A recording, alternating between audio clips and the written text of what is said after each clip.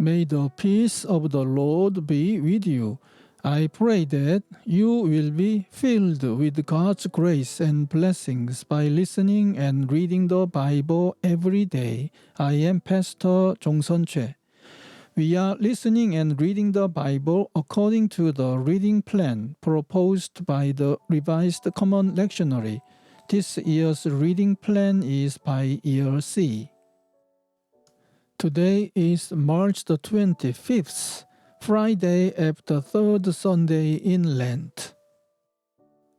Today's readings are from the Gospel of Luke chapter 15 verses 1 to 3 and 11 to 32, from the Old Testament Joshua chapter 4 verses 14 to 24, and from 2 Corinthians chapter 5 verses 6 to 15. This is today's Gospel reading. Now the tax collectors and sinners were all gathering around to hear him. But the Pharisees and the teachers of the law muttered, "This man welcomes sinners and eats with them." Then Jesus told them this parable. There was a man who had 2 sons. The younger one said to his father, "Father, give me my share of the estate." So he divided his property between them. Not long after that, the younger son got together all he had, set off for a distant country, and there squandered his wealth in wild living. After he had spent everything, there was a severe famine in that whole country, and he began to be in need. So he went and hired himself out to a citizen of that country, who sent him to his fields to feed pigs. He longed to fill his stomach with the pods that the pigs were eating, but no one gave him anything.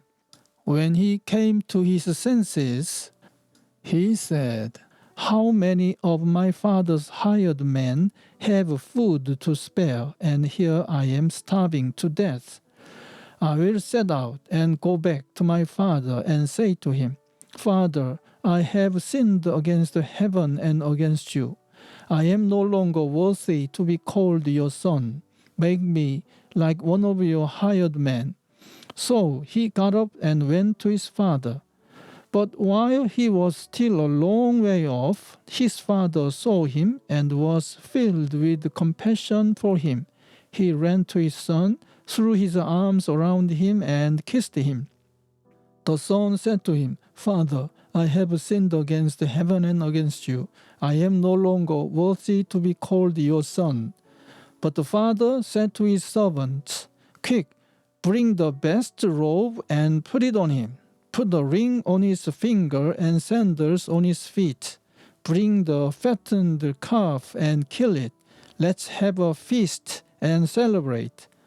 For this son of mine was dead and is alive again. He was lost and is found.' So they began to celebrate. Meanwhile, the older son was in the field. When he came near the house, he heard music and dancing. So he called one of the servants and asked him what was going on.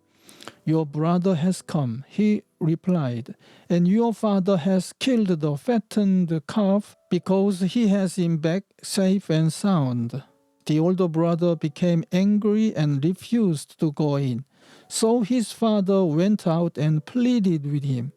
But he answered his father, 'Look, all these years I've been slaving for you and never disobeyed your orders. Yet you never gave me even a young goat so I could celebrate with my friends.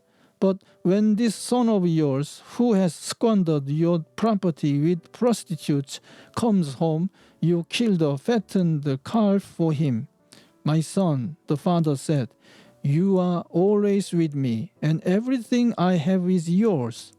But we had to celebrate and be glad, because this brother of yours was dead and is alive again. He was lost and is found." Amen. This is today's second reading.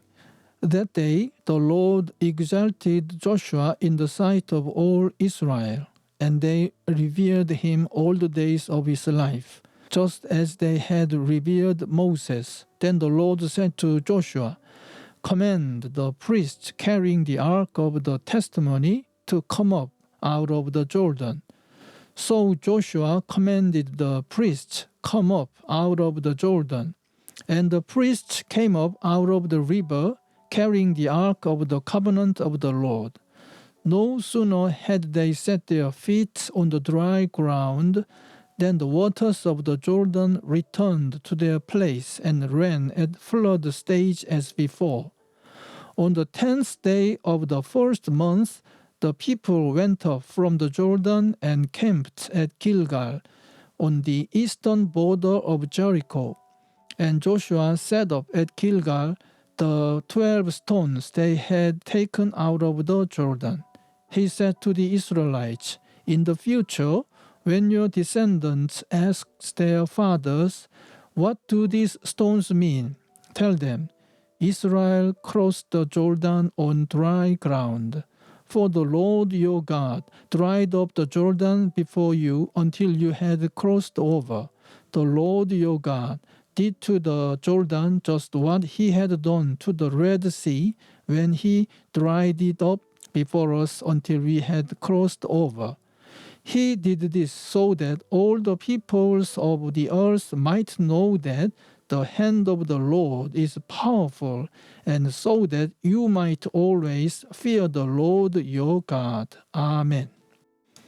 This is today's third reading. Therefore, we are always confident and know that as long as we are at home in the body, we are away from the Lord. We live by faith, not by sight. We are confident, I say, and would prefer to be away from the body and at home with the Lord.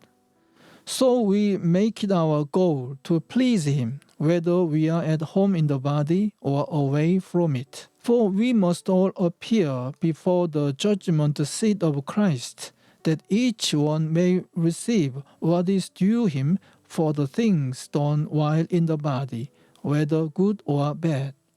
Since then we know what it is to fear the Lord. We try to persuade men.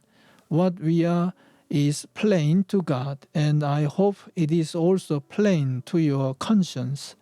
We are not trying to commend ourselves to you again, but are giving you an opportunity to take pride in us, so that you can answer those who take pride in what is seen rather than in what is in the heart. If we are out of mind, it is for the sake of God. If we are in our right mind, it is for you. For Christ's love compels us, because we are convinced that one died for all, and therefore all died. And he died for all, that those who live should no longer live for themselves, but for him who died for them and was raised again. Amen. This is the word of God for today. Thanks be to God. May I bless you for today. The Lord bless you and keep you. The Lord make his face shine upon you and be gracious to you. The Lord turn his face towards you and give you peace. Amen.